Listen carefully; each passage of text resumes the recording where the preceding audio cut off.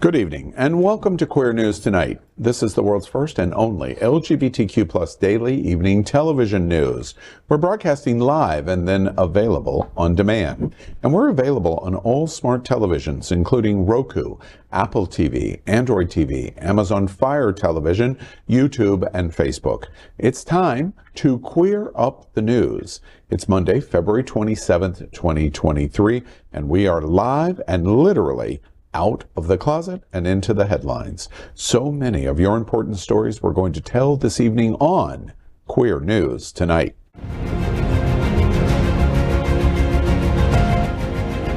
This is the world's first live daily LGBTQ evening news show, literally out of the closet and into the headlines on Queer News Tonight with Al Ferguson.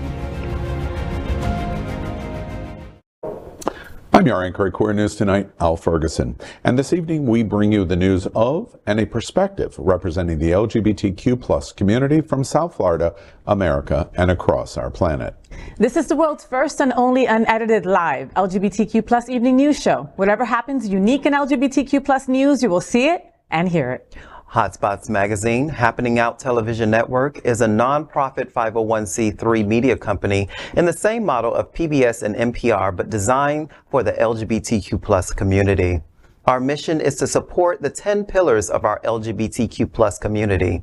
We want to inform and educate the key issues of our Black community, Latino, lesbian, trans, students, youth, seniors, HIV/AIDS healthcare, business, political advocacy, and faith. Help us support our community. We are part of one of the largest LGBTQ plus media companies in America, HotShots Magazine and Happening Out Television Network. Our magazine is celebrating 38 years of the LGBTQ plus experience, and our television news, talk, and entertainment shows support our mission to educate the LGBTQ plus and broader community. Well, let's welcome anchor FayWhat. She's a radio and television personality and has a popular blog and YouTube channel aiming to unite the L and the G together. She's a hostess and MC for many South Florida events, an animal activist, and owner of Faye's Fur Family. Also, make sure to catch the FayWhat Show, the first LGBTQ plus morning show, Mondays at 9 a.m. Eastern, online or your smart television. And Faye was the winner of the 2022 SFGN Best Local Television Personality. Welcome, Faye. Hi, everyone. I'm so happy to be here. I'm exhausted. The whole entire weekend was full of South Beach food and wine. I went to the Latino Salute Gala. Then I went over to the Stonewall Gala. Whew, I'm exhausted. I didn't go to any of those things. I stayed home with my Cuban, and we went to go see Wicked at the Arts Center, and that was it. And it was a wonderful weekend. I'm so happy to be here with you guys. Excellent. Yes? Awesome. Next up, let's welcome anchor Jamaal L. Starks. I love this boy. Jamaal L. Starks is a rare Miami native, also known affectionately as porcelain. Look at that skin. As a spiritual wellness consultant, he's an active member of the yogi community through the first and only Queer Yoga Club Miami. He is positioned as the vice president of Impulse Chapter Miami, a professional background boasting a 16-year aviation career that led him to oversee the flight operations of 2 major airlines. And also, he's a 17-year-old. He's a 17-year-year HIV plus driver. But you do, it's that skin. I like it. He's dedicated himself to lead by example that Black queer individuals are inherently worthy of living safe, healthy, and abundantly thriving lives without social conditioning. Welcome, Jamaal. Thank you, Faye. And unlike you, I did have a full weekend. Queer Yoga Club, please come out to the next one. We had 50 people. We had community conversation. The conversation was amazing. We had even healing going on in the circle. We're going to have to film some of that. Yes, we would love. Oh, we would love to. I hear that people who do yoga are better at sex. So yeah, we are. Okay. Yeah. All that flexibility. Come on, try me, baby. Let's welcome anchor Adrianna Tender. Adrianna is a transgender advocate and healthcare practitioner. She has extensive education and experience in HIV prevention and healthcare that relates to transgender individuals. She currently works as the program coordinator with Trans Inclusive Group and is the owner of Tender Loving Care Trans Mentoring. She received the Bishop S.F. Makalani Mahi Transgender Advocate Award in 2019 and has received many other awards. She serves on the National Board of Governors of the Human Rights Campaign and is on the board of directors for the Dolphin Democrats and Black LGBTQ Liberation. She is a member of several civic and political organizations like NAACP, the Florida LGBTQ Democratic Caucus, and attends Antioch Missionary Baptist Church. Welcome, Adrianna. Ooh, that was a mouthful. How do you have time to be yes. here, Adrianna? Jeez, girl. It seems like you were telling my life story. Thank you so much for having me. It's a wonder to be here with each and every one of you. Okay, so let's welcome anchor Dr. Bobby Huen. Bobby is a certified civil and family mediator. As the founder and principal mediator at BH Conflict Resolution Services, he helps families, businesses, and individuals resolve disputes of all types. Having grown up everywhere from Hong Kong to Boston, Bobby is proud to offer a global perspective to current events. When he is not at the office or here in the It's Happening Out studio, Bobby enjoys gaming, Lego building, and hanging out on the drive. Welcome, Bobby. Thank you, Adrianna. Pleasure meeting you. You as Nice well. haircut, Bobby. Oh, thank you. Yeah, I know. My depression hair got Lego building? Well, we are the reporters for Queer News tonight, and this evening we begin with the queer headlines. The LGBTQ plus community in South Florida and across America is diverse. Our community across the world is vast. And here are the bullet points of the Queer News for today, Monday, February 27th, 2023. Well, let's begin by querying up South Florida and Florida. Tampa Pride loses more than $100,000 in sponsors over DeSantis threats, while parade and festival sold out. For much of this century, gay pride was literally banned in Tampa's Hillsborough County as infamous County Commissioner Rhonda Storms led a vote to adopt a policy in Hillsborough County government to abstain from acknowledging, promoting, or participating in gay pride recognition and events. Little g, little p. That's an exact quote. It passed effectively banning all sanctioned pride events from Hillsborough County. Storms then added an amendment to complete the erasure of the LGBTQ plus community by requiring a supermajority to repeal the ban. It took more than a decade to reverse that hate. The LGBTQ plus community thought it was the worst attack they would ever see. That was until 2023, and along comes Governor Ron DeSantis. In an exclusive interview with me, Tampa Pride's president, Kerry West, tells a chilling tale about the attacks from Tallahassee on Tampa Bay. But he also has lots of news about the success of Tampa Pride's event that is coming up the last weekend in March. Tampa Pride is arguably one of the most successful in Florida, operating on a budget that is in the black and an amount of $470,000. A leading University of South Florida economist estimated the economic impact of 2022 Tampa Pride at nearly $4 million. Tampa Pride is historic Ybor City's largest single economic impact. In an exclusive interview with Tampa Pride's president, Kerry West, he expresses regret of what he is watching from the governor's mansion. For example, he reports Pride has lost 6 major sponsors at a cash value of more than $100,000. Interestingly, they are all national companies outside of the state of Florida. West says, quote, national out-of-state business brands have pulled out of the parade and festival because they are afraid of the politics going on in Florida. They report that they are worried about the Don't Say Gay and the growing issues over drag queens, end quote. West indicates difficulty with alcohol companies because they are particularly sensitive to Governor DeSantis' actions. He indicates his orchestrated attacks on the LGBTQ plus community and allies are creating a chilling effect on their decision-making. He says, quote, the director of one alcohol sponsor said that if Governor DeSantis can take on Disney, he could become president and then he can take on any business, including ours, end quote. West also reports that the governor's office is threatening Pride in other ways. As example, Tampa receives a $30,000 grant from Florida's Department of Cultural Affairs, and when the political arms of state government realized the state was supporting a gay organization, an inquiry was launched and initiated as to why.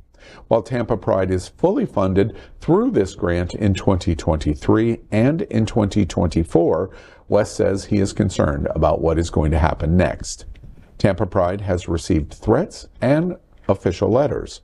A sample of one was shared by the Florida's Department of Professional Regulation that was sent to Orlando Philharmonic for their RuPaul Drag Race Christmas show in December.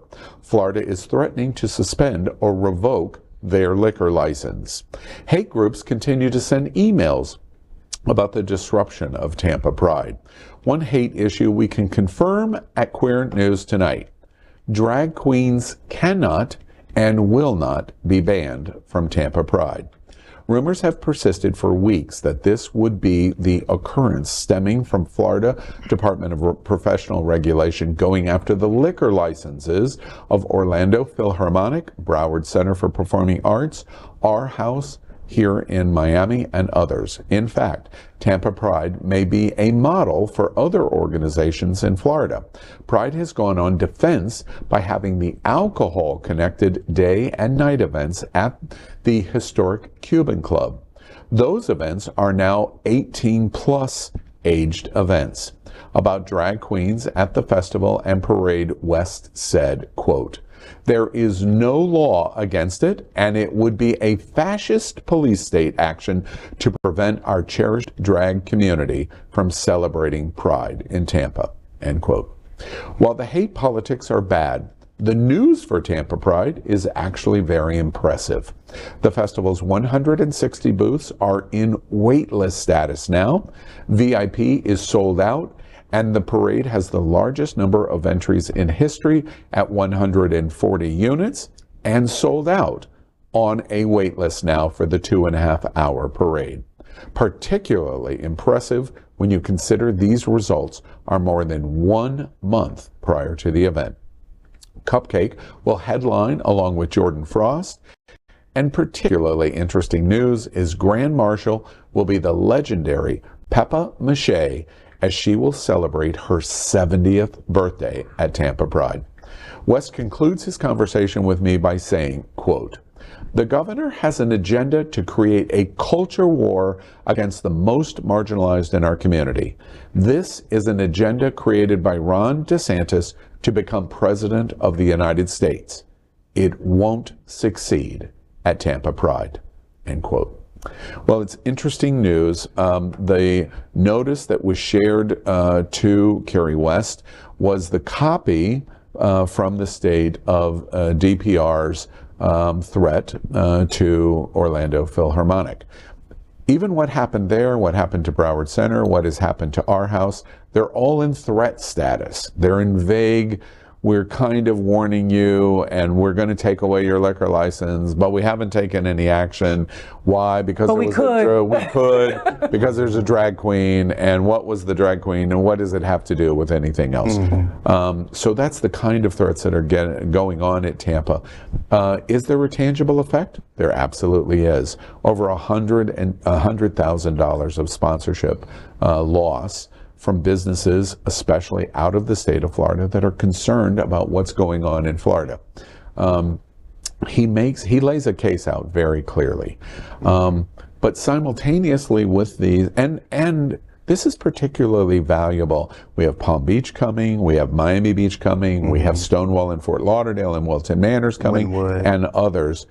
This is another to watch closely. So there's value in what Kerry West is saying in Tampa.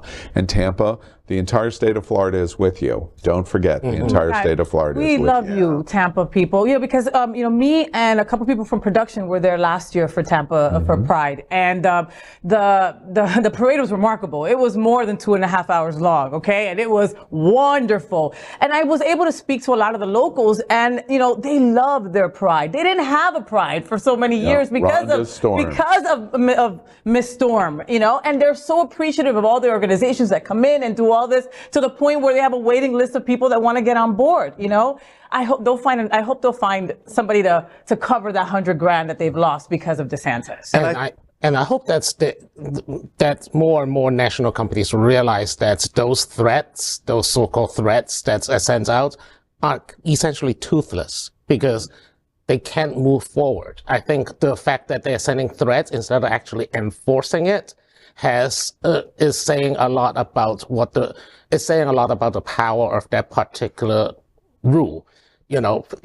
Basically, I think the state government's position is that I can't really enforce it, but I can threaten to enforce it. Because if you do enforce it, then there's a legal standing to appeal. And then they're going to have to justify why, you take away someone's liquor license because there's a drag show. And then you have to explain why, quote unquote, drag shows are, quote unquote, sexually explicit. That it's something that the DeSantis administration cannot twist their way out of it. It's funny, and I know you want to jump in, Jamaal. I just continue to point out about drag queens. R-rated movies are sexually explicit, and minors can be present for when their parents make that decision. The governor's going to have an impossible task to define why this is different than what we do in every movie theater in the state of Florida. Sorry.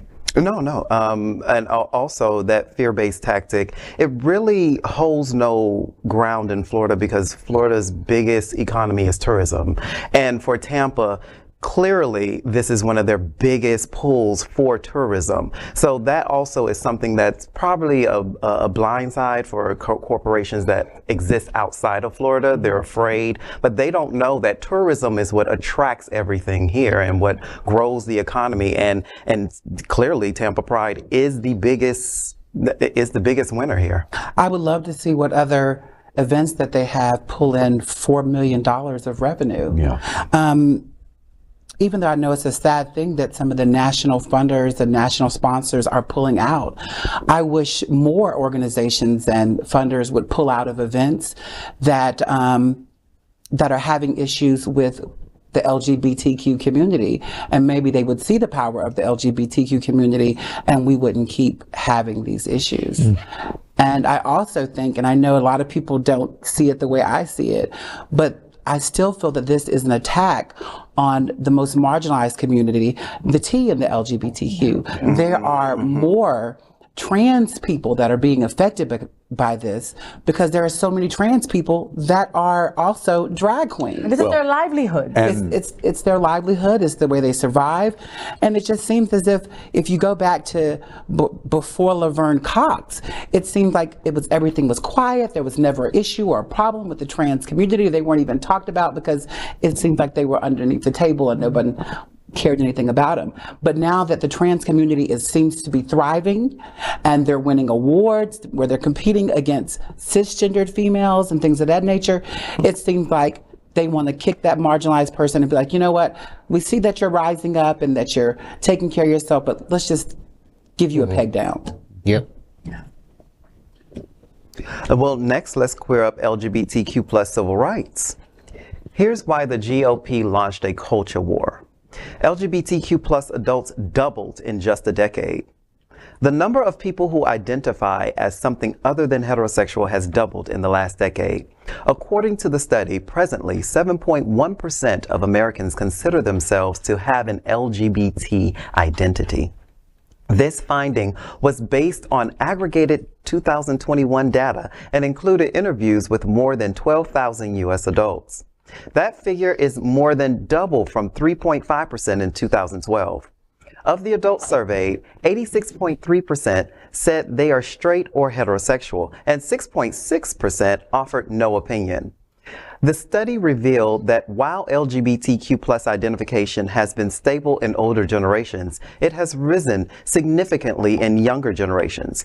Over 20% of Gen Z adults, those born between 1997 and 1999, identify as LGBT, followed by 10.5% of millennials, 4.5% of Generation X, and 2.6% of baby boomers. The research also estimated that of all LGBT Americans, nearly 57% identified as bisexual. That percentage translates to 4% of all U.S. adults. Another research finding showed that bisexual is the most common LGBT status amongst Gen Z, millennials, and Gen X, while older Americans are about as likely to say they are gay or lesbian as to say they are bisexual. I love this. This is exactly what... I'm sorry, what was that voice? I love this.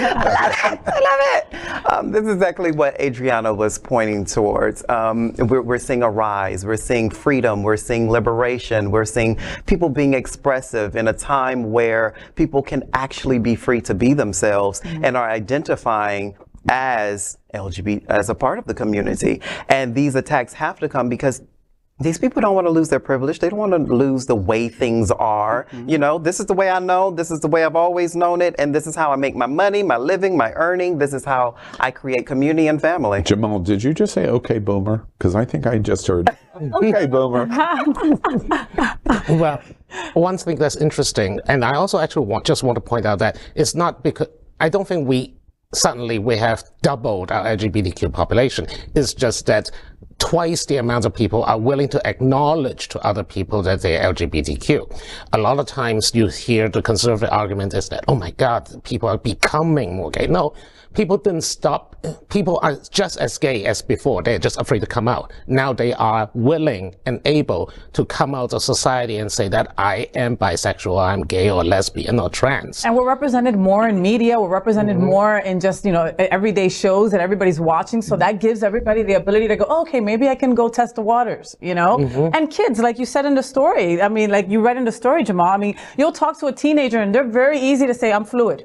No problem. It's not even a question. There's like, period. This is where I'm at right now. Maybe it's not where I'll be in the future, and I'm allowed to be who I am authentically. And it seems like this is like the Trump effect when Trump rose to power, and then everybody was like, oh, I'm okay to be racist now. And the same way, okay, it's okay for me to do this. To be queer. Yes. Now it's queer people are showing up, showing out. We are living our truths, living authentically, and it's showing up in the public. And these people are afraid, and they have to inject more fear in the ways in which they are doing with the laws and the things in which they're doing in order to scare people back into their shell, so to speak. I think some of these DEI trainings that the people are doing, these diversity, inclusion, equity and inclusion trainings are working. So I think that we are seeing more LGBTQ all around when it comes to TV and everything else. And they're just having problems with it. And I think this is also the same tactic that they used on the Black community. They see that Black and brown people are on the rise. And like Jamaal said, you know, they feel threatened, like they're not going to be the majority anymore. So when it came to the Black community, now they're having voter suppression and all of these different things to try to hold them back. But this is the way they seem to be handling the LGBTQ. You know, there's this old saying that says, unless you're going to be part of the solution, get out of the way. And that's what's going on here. This is really bad news. I just want to try to be as clear sounding as possible. This is really bad news for people like Governor DeSantis and Governor Abbott.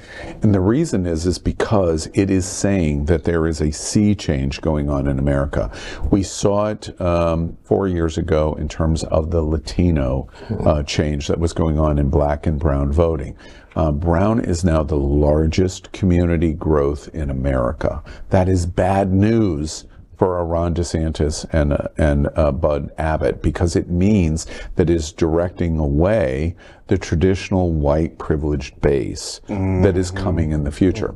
This study is bad news for Governor DeSantis, because I think we get it right.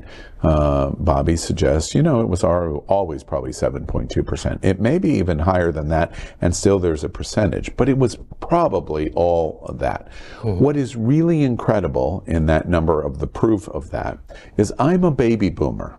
Only 2.6% of me identify as LGBT. Do we think that's the right number? No, Absolutely not. Gen Z, the number is tenfold.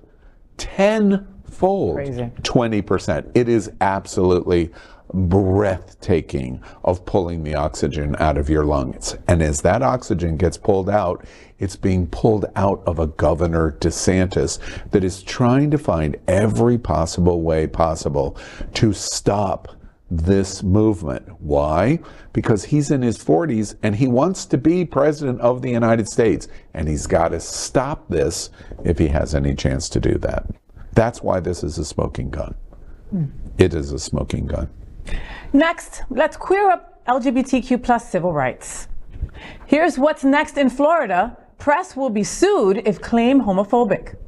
A bill proposed in the Florida Republican-controlled state legislature that aims to make it easier for public figures, including lawmakers, to sue news media for coverage they dislike would also have severe repercussions.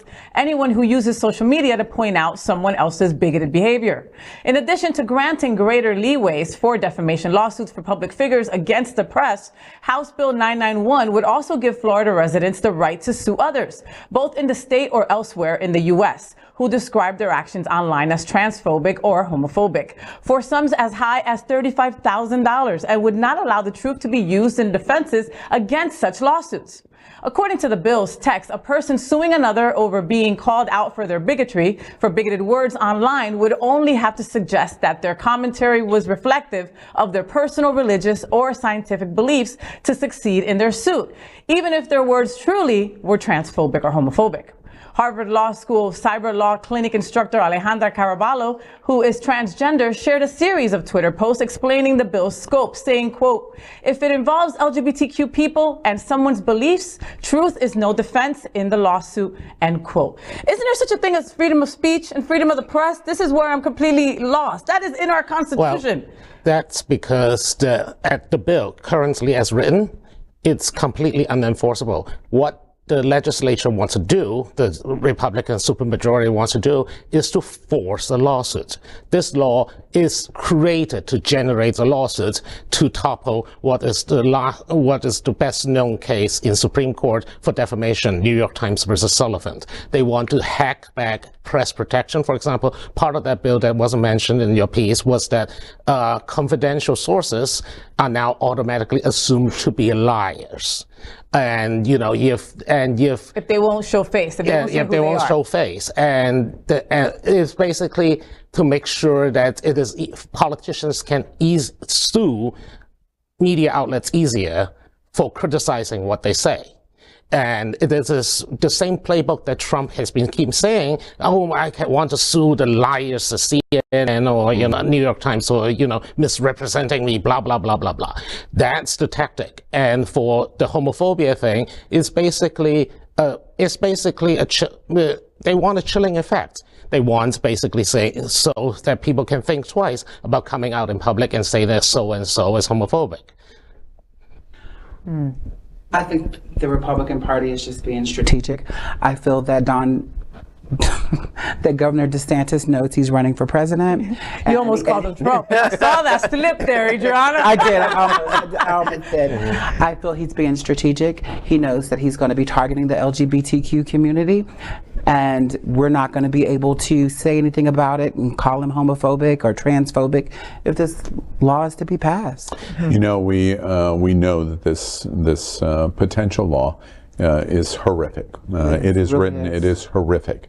We are getting ready. I predict we're weeks away from the legislative session. I did a lot of reporting over the weekend at the LGBT Democratic Caucus meeting in Orlando, interviewed lots of people.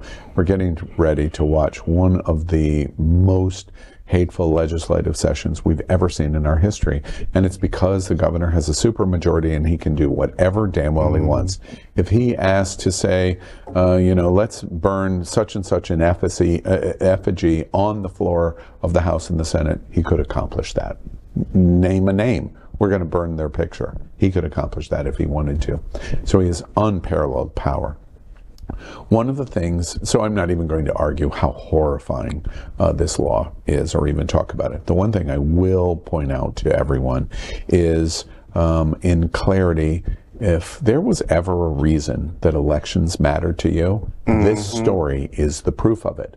Because he's going to get this. He's going to get some version of this. It is going to go on, and he thinks, and the people behind this, especially in the Senate, think that they'll get an affirmation positive ruling in the Supreme Court.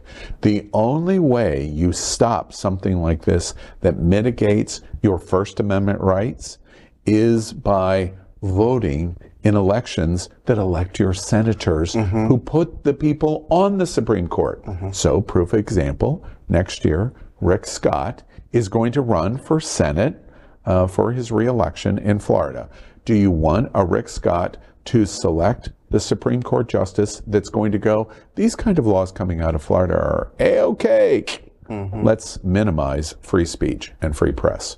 If you do, then don't vote. LGBT Florida, don't worry about it. You don't need to vote because you've lost your First Amendment and free press rights.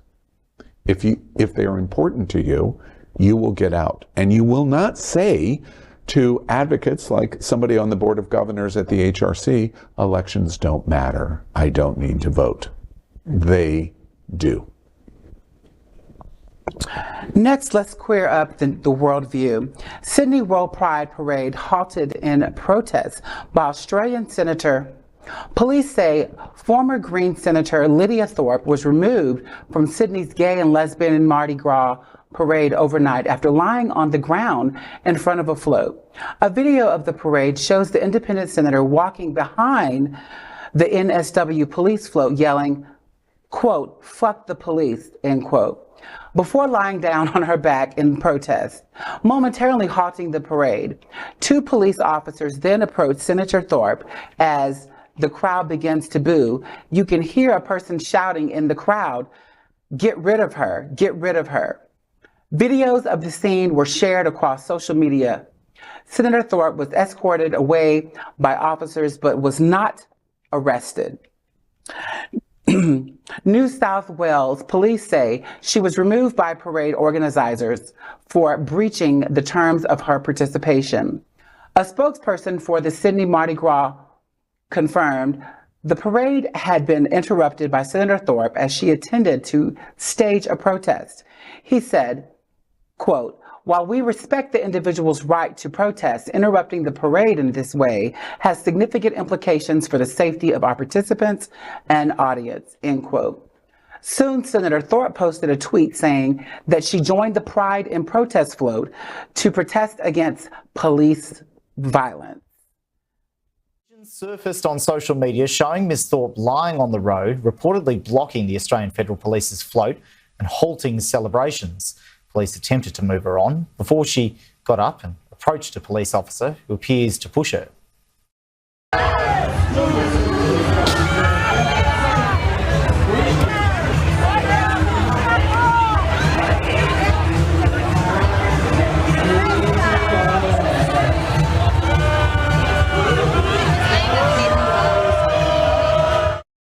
The former Green senator has since responded on Twitter saying Black and brown trans women started the first Pride March as a protest against police violence. Today we still face violence from police.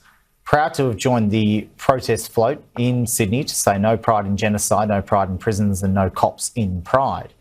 It is understood the police did move Ms Thorpe from the event at the request of Mardi Gras organisers. I'm not really sure about this, y'all.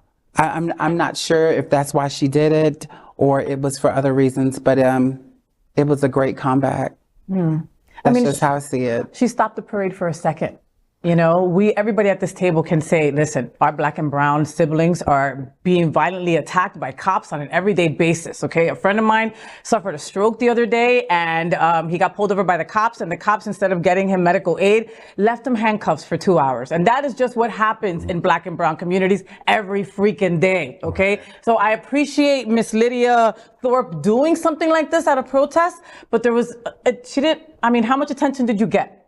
Well, you know? clearly we're here talking about it across the world. On the other side of the on world. the other side of the world, we're clearly, so Lydia got her point across. Unpopular opinion, I'm with you, Lydia, honey. I'm with you. It's one of the Maybe things. not as unpopular as we think. Exactly. When Black Lives Matter interjected themselves in a protest in Washington D.C., they were also escorted away in the same manner. She has a right for what she's saying. If there is police brutality going on in Australia the same way that police brutality is going on here in America. And yes, we have pride, but we also have other issues plaguing our community. And the least of these are Black and brown people, usually trans, usually a non-binary. And I'm with you, Lydia, girl. Do your thing. It's not a shit. Lydia girl, do your thing, honey. I'm not sure about that because I still feel like allies need to know when there's a time to be in the front and there's a time that they need to let other people take the lead. And I'm not sure if I agree with that. I think maybe she should have let a Black or brown person take the lead. Ask somebody. You know, ask somebody, do you think I should do this? Maybe you should do this. No, not taking the attention for herself. I think that it really took away from what she said that she was doing. Yeah, I thought that she said that she belongs to a float. I mean, I never, So why wasn't she just getting her point across on the float? Why get off the float and lie down on the street and disrupt the parade? I mean, we're not saying that the parade doesn't have there's literally a protest in Pride float.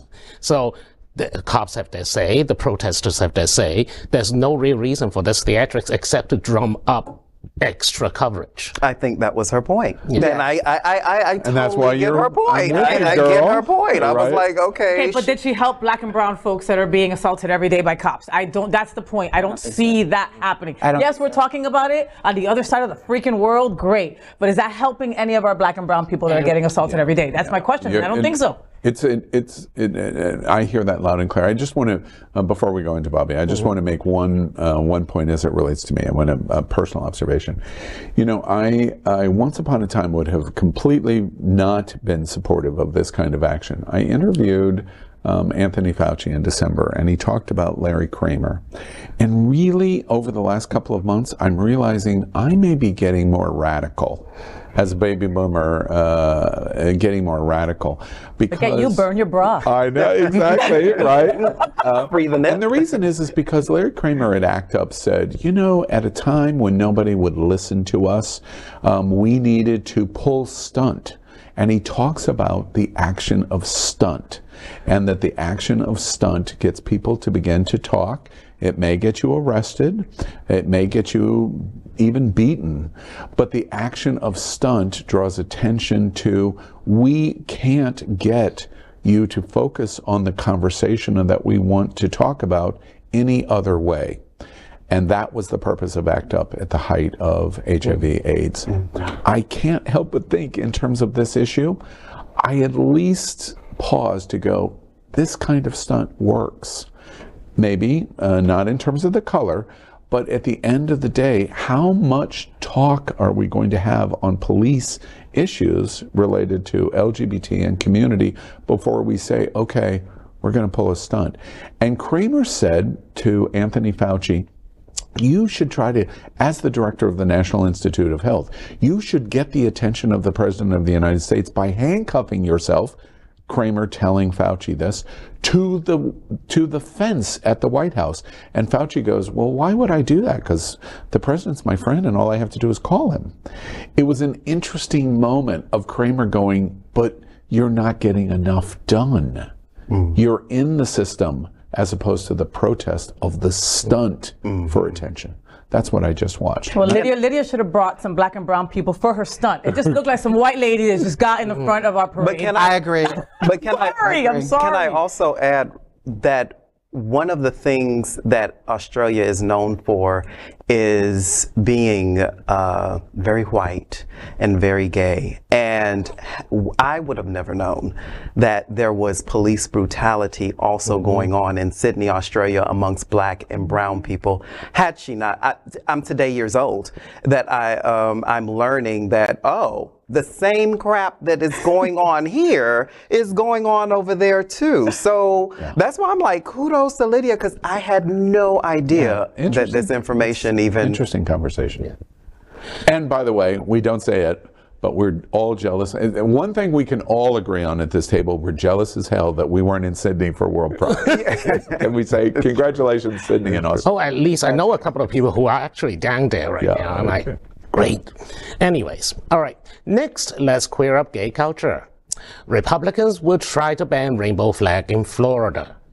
LGBTQ plus advocates are becoming increasingly alarmed as municipalities and school districts across the country take measures prohibiting displays of the rainbow pride flag on public property and in classrooms. Some say the move reflects a broader wave of GOP-endorsed reform and policy efforts that include book bans, changes to school curricula, attacks on the use of preferred pronouns, and restriction of reproductive rights. Such restrictions have been approved in Delaware, Ohio, Cold Springs, New York, and school districts from Davis County, Utah, to Wales, Wisconsin. In Florida, Republican State Representative David Barrero introduced a bill that would limit flag displays at all governmental and public school buildings statewide.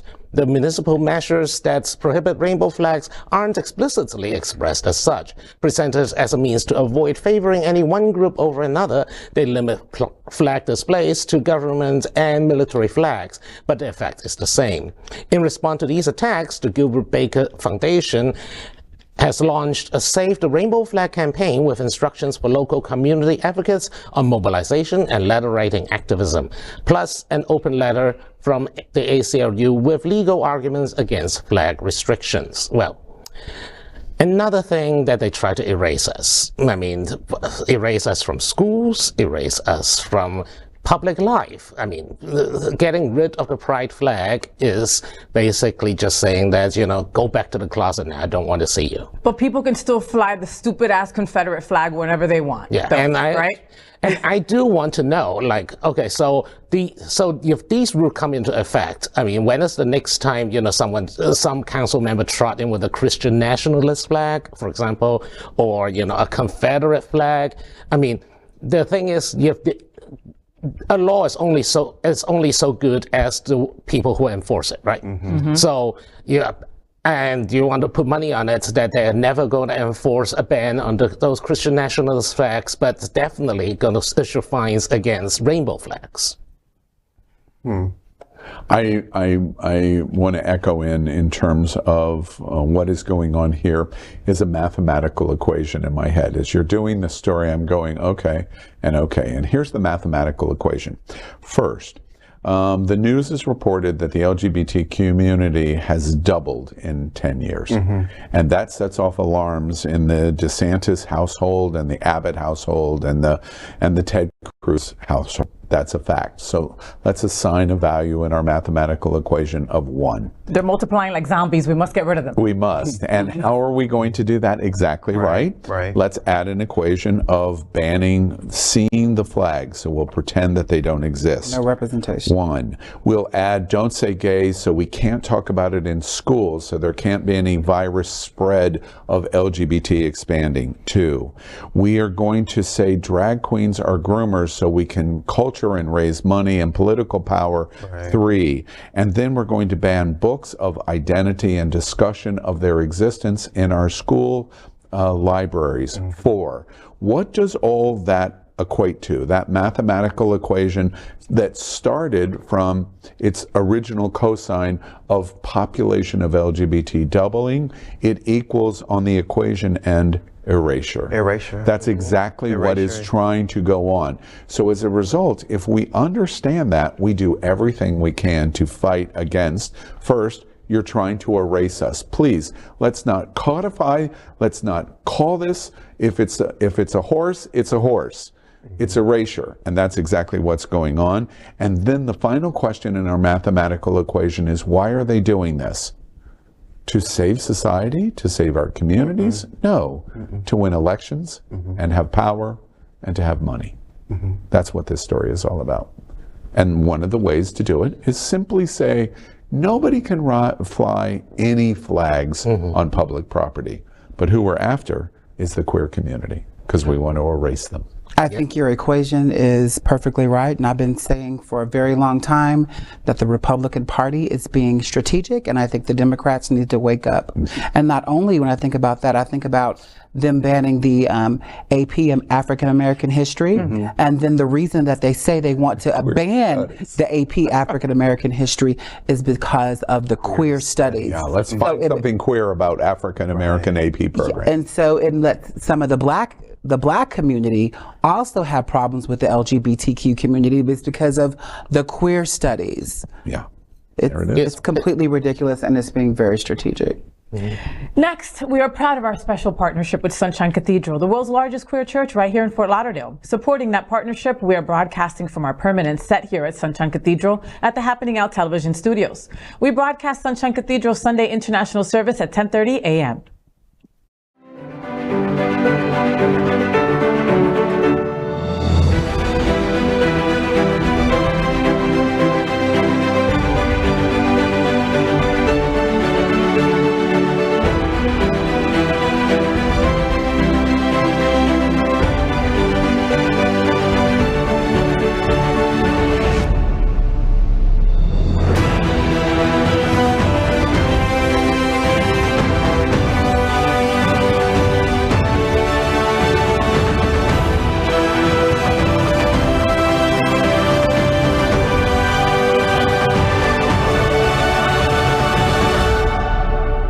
I'm Taisha Best, your queer community servant, and Sunshine Cathedral is my queer church.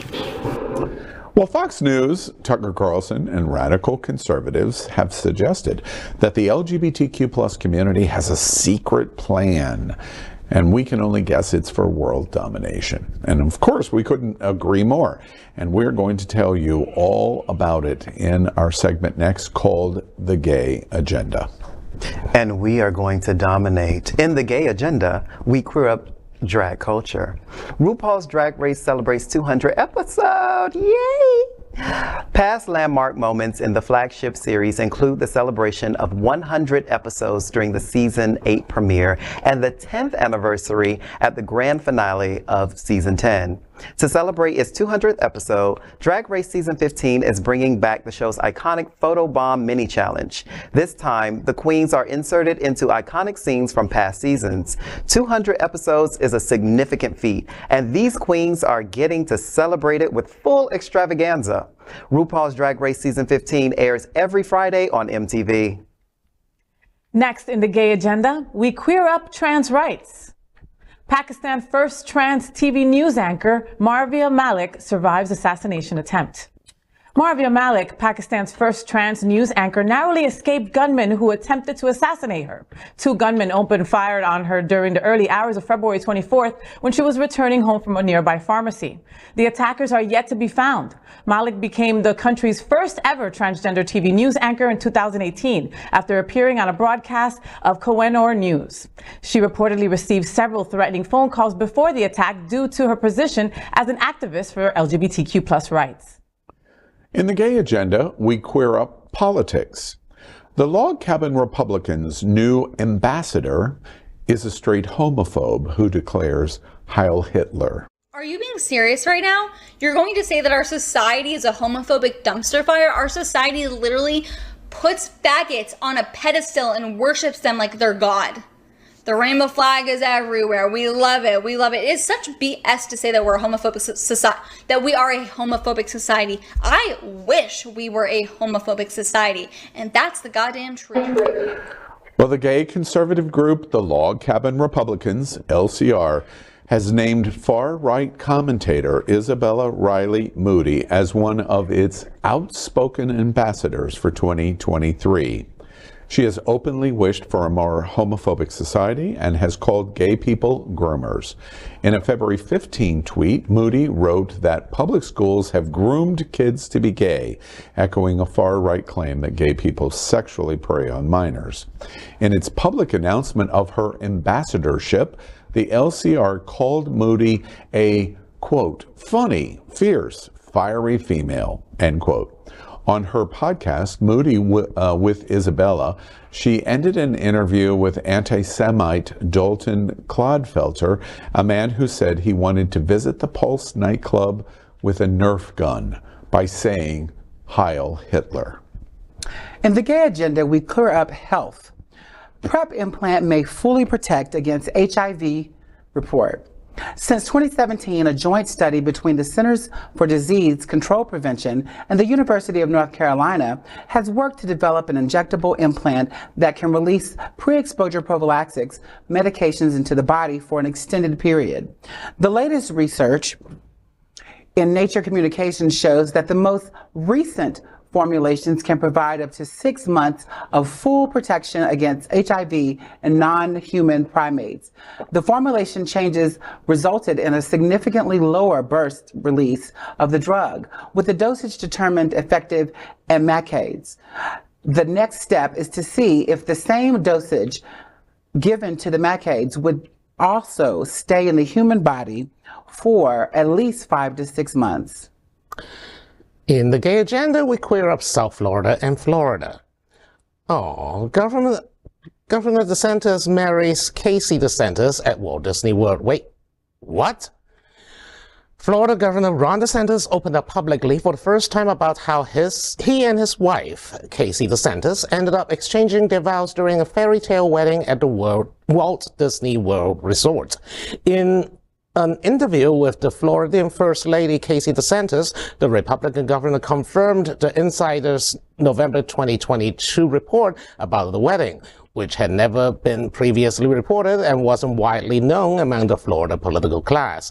In the interview, Casey DeSantis acknowledged that her parents had the idea that they get married at Disney World because they always looked forward to visiting the theme park when she was growing up in Ohio. In the gay agenda, we queer up South Florida and Florida. HotShots Happening Out presents photos from Mr. Florida Rubber at the Eagle Wilton Manors.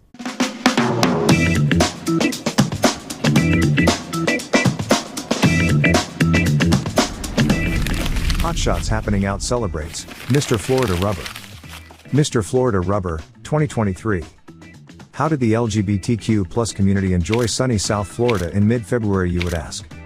MFR 2023 by Mr. Florida Rubber is your answer. The recently held MFR 2023 was a fun-filled event with BBQs and pool parties. The nights here were busy with dungeon parties and social spaces for everyone. This 4 days long event had everything from Victory Poolside Picnic, Sober Social, and Eagle Carnival Party to MFR 2023 contest. Attendees also enjoyed Victory Poolside Picnic at private residence. The event was all about having a good time, socializing with fellow fetish community members, and promoting the rubber fetish. Jester Decay is the new winner of Mr. Florida Rubber 2023.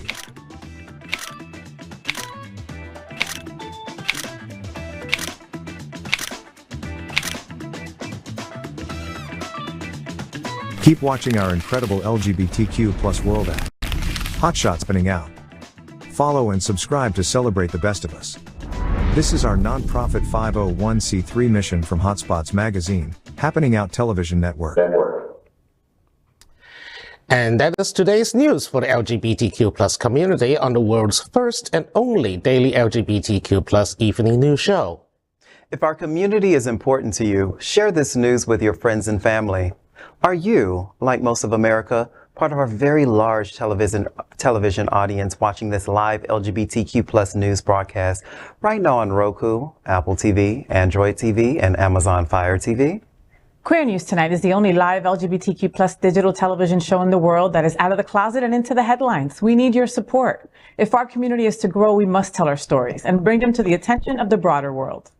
This is the only place in the world that tells these type of LGBTQ plus stories in motion and sound. That is the passion of HotSpots magazine, Happening Out Television Network, and Queer News Tonight.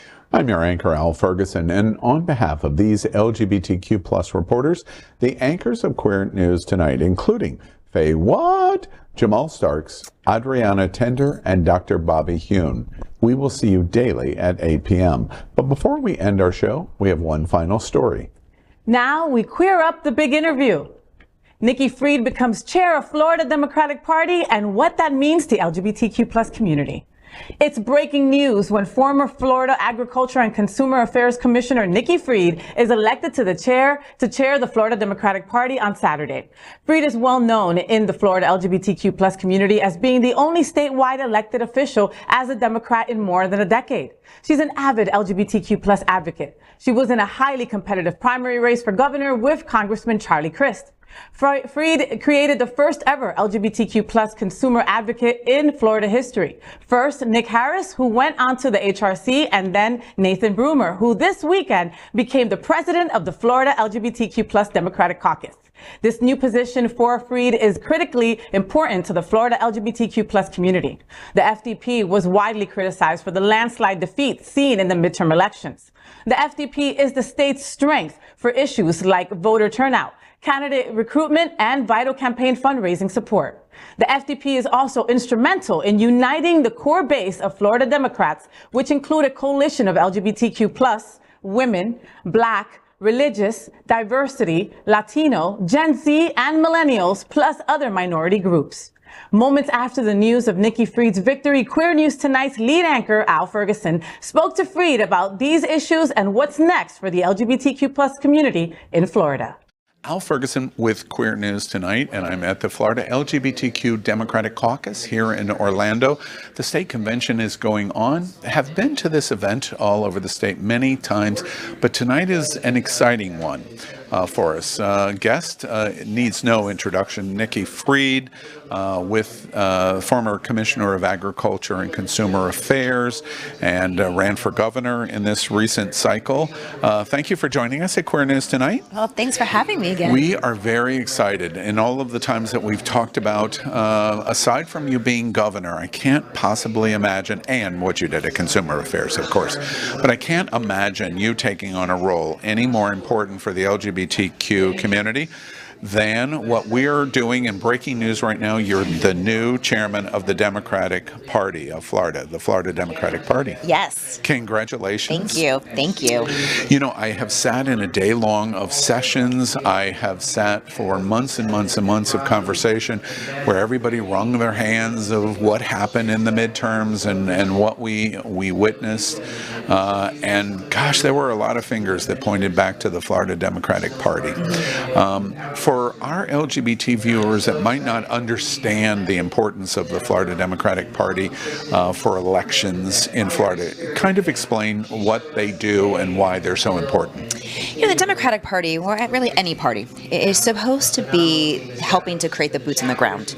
That means that they are supposed to be helping to organize our Democratic clubs and our caucuses, our local DECs is what they're called, executive committees. And it's really, really important that the party is strong because, one, we're recognizing there has been too many decades that we aren't talking to the people, that we were taking groups for granted, that we just think because we're in a blue county, like, just get out the vote and just worry about the dumps. Or if you were in a red area, just do as much as you can. And that has to stop. And we've got to give the people of our state, the Democrats of our state, and those MPAs and those that aren't with us, a reason to get out of bed and vote for us. That means we have to rebrand, we have to get new messaging, and so the party is here, one, to help with voter registration, to help with voter recruitment, help with messaging on the ground, training for all of our leadership, training for our candidates. It's a really important role that when it fails, you see what happened in November. Mm-hmm. It's interesting to me from my seat outside this fishbowl, but reporting on it extensively. It seems like to do the kinds of things that you talked about, it's like everything in Florida. It requires money, yep. And the Florida Democratic Party was really very instrumental in its need to raise money, support candidates, deepen the bench, find better and better candidates, and then do the kind of training that you just talked about to win the elections. We reported extensively at Queer News Tonight, DeSantis won the first time around by 14,000 votes. He wins the second time around by like 1.8 million. That's an indication that there was some organization on the ground that was not in the same kind of organization on the other side. You're not the solution. I wouldn't put that on your shoulders. But you right, exactly. But you're the quarterback, and it's just hours in our breaking news. It's just hours that you're the new quarterback. You're replacing Tom Brady, and no pressure, no pressure at all.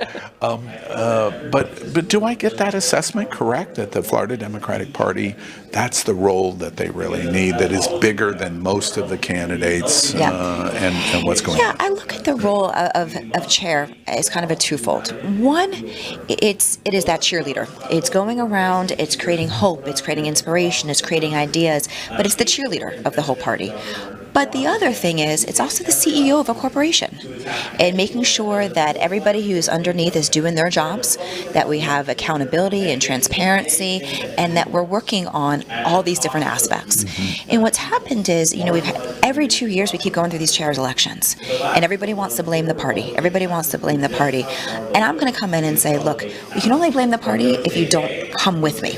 That this is an opportunity, because I see things differently too. I'm a strategist at heart. I'm a policy wonk and strategist. And so coming into this role, I see how we can organize better, how we bring in our clubs and our caucuses, and making sure that we don't have these silos that are happening all over the state. And I've said this to you, especially in 2023. We have so many issues that are boiling up here in our state, whether it's our education and going after, our gay community in schools, and now it's diversity in our schools and higher education, and the permitless carry that's about to, that the legislature and the governor want to pass, which I, as the one who just oversaw the concealed carry program, this is a very dangerous step for our state. To going to changing again how we vote and how we get citizens initiative. It's everything. Is going after the media. I mean, last week there's actually a new piece of legislation who takes away a lot of your roles, coming and holding people like me accountable. And so there's all these different things, but what I think fundamentally we have to do is come together. Because can you imagine a march down Monroe, that it is not just Moms Demand Action, and it's not just our LGBTQ plus community, and it's not just our Every Town, and it's not just our NAACP and our Urban League, but we all march together. The imagery of all the colors that you would see and everybody wearing their shirts, and you walk down and you march together for democracy and freedom, that's what I'm bringing to the table. It's interesting, Nikki, may I call you Please. Nikki? Yes. It's interesting that you say that in terms of us coming together. Nikki Fried is the only statewide elected official from the Dems in, 15 years? Something like that. I mean, longer than most of our viewers, have been barely alive. So you know what you're talking about because you've walked the walk and you've talked the talk. Your situation is also interesting to me in that you know how to do this and you know what it takes to get the job done. I think your illustration of CEO is really quite on point in terms of what you're going to do. Help everyone understand. I've heard so many of your stump speeches about LGBT. You're an ally. An incredible ally for our community, our LGBTQ community. Thanks you for that. But just tell people briefly why LGBT is so important to you in Florida. And as you know, I've said this story numerous times. When I was 16 or 17 years old in high school, my stepbrother came out to me, and I remember his journey. I remember his journey of what he had to go through coming out, and this would have been in the mid-1990s. I always want to say I would hope that times today are different than the times they were back then, but unfortunately it seems like we're going backwards in a lot of ways. But this is family to me. And watching his journey, I knew that we had to stand up, we had to unite, and so my entire, outside of that, when I became student body president of the University of Florida, I created a Pride student cabinet position, made sure when I became commissioner of agriculture that we had an LGBTQ advocate, expanded my anti-discrimination policy in the workforce, and have always been an ally because this truly is family, and this is personal to me. It's interesting to me, Nikki probably doesn't even know this. On Monday, our lead story at Queer News Tonight is going to be breaking news that Tampa Pride, which is the last weekend in March, has received a letter from Governor DeSantis to say at the Tampa Pride Parade on 7th Avenue in Ybor City cannot have any drag queens participate in the parade, and that it is a violation of whatever the legislative intent of whatever he's pursuing on drag queens now applies to this Pride Parade. Now, I just point out as we do this breaking news on Monday that this is happening. HotShots magazine and Happening on Television produces the Stonewall Pride Parade, which you have been to. And I'm sitting here wondering, well, I wonder what we're going to do about drag queens. As I am very sure there's no legislative law in Florida that says drag queens cannot be riding in a parade. The issue that this illustrates is if Nikki Fried was currently the governor of Florida, I'd be in the parade. Right. You would be in the parade and not legislating drag queens out of the parade. Now, wherever that ends up, it ends up. But this is it's a simple illustration of how important what is going on around us. What we're watching affects all of us. And Absolutely. if we think it doesn't, it clearly does.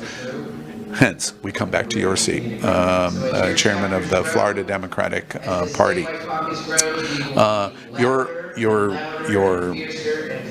Your process of doing this, do you hit the streets running, or you've got some organizational structure or reorganization to do? Which is it going to be? It's going to be all the above. Already we're going to be putting out fundraising emails. To your point, fundraising is going to be important, and we're going to be asking Democrats and people that are angry, frustrated, and disappointed and scared of what's happening here in the state of Florida to donate $5 a month. That's one Starbucks run a month. Until hopefully we gain their trust back, and then maybe next year it's $25 a month, and start gaining some of that momentum on the ground. Instead of people yelling about things on Twitter, take that anger, take that frustration, and put it to work. So we're going to hit the ground running, but of course, as a new CEO, have to come in and make sure I'm looking under the hood, seeing what plans are already in place. Because here's the other thing I want to make sure, that if in fact the previous chair had plans that were in motion that just didn't have time to catch, I also don't want to start over either. If there are things that were being done already that I think are good ideas, I want to make sure we go forward. But it's going to be all of it. It's going to be hitting the ground running. It's going to be coming up with a transition team. It's going to be making sure that we've got a plan in place for the next couple of years, then going out and making sure that we're funding it. Yeah. Well, we're in good hands. I'm quite sure we're in good hands. We thank you for your support of LGBTQ community. Very interesting, even in light of this breaking news of the election today for Florida Democratic Party. You've made time twice to come to the LGBT Democratic Caucus. Our community deserves supporting Nikki Fried, because we have Nikki Fried's support. You will have my undying support forever. And last recommendation, Miss Fried is driving to Tallahassee after this incredibly long weekend to get home. You've just been elected. You get to drive like probably 7 hours or whatever it is. You get to take tomorrow off, and Monday you hit the road working. Yes, that's the plan. For the LGBT in all of Florida. Congratulations to you. You give us a lot of confidence that our future is going to be brighter than what yesterday was. I appreciate all that you're doing. Thank you. Al Ferguson with Queer News Tonight. Thank you.